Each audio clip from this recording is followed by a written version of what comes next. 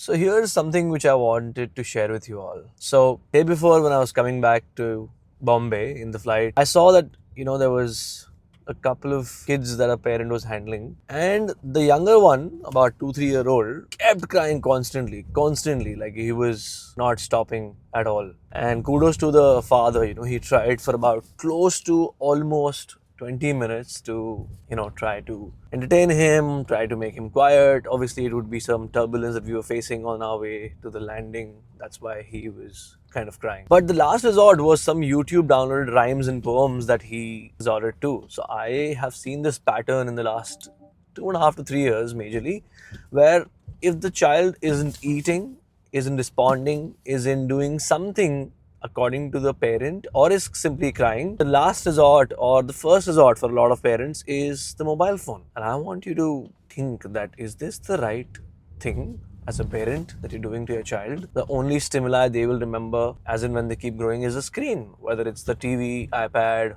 or a phone. So how do you plan on tackling that is my question to you. If you don't do it now, then it'll be too late. Now, you might be wondering, why am I suddenly talking about this? Because I've discussed this with multiple deans, friends, professors, industry friends, friends who have even people who are about 60 plus in their home, their grandparents. They absolutely don't have anything to do but just the one thing, which is sticking to the mobile phone. And when they stick to the mobile phone, the only thing they want to do is watch something of around God, something around recipes, something which just keeps them hooked. Earlier, they just had a radio which was entertaining them, and there was a specific time that you would do your puja. There's a specific time that you would remember God, not 24/7. I'm not saying there's no any harm in doing that, but see the downside of it, that the person is actually only and only doing one thing, which is what? Using the phone. No matter what, using the phone.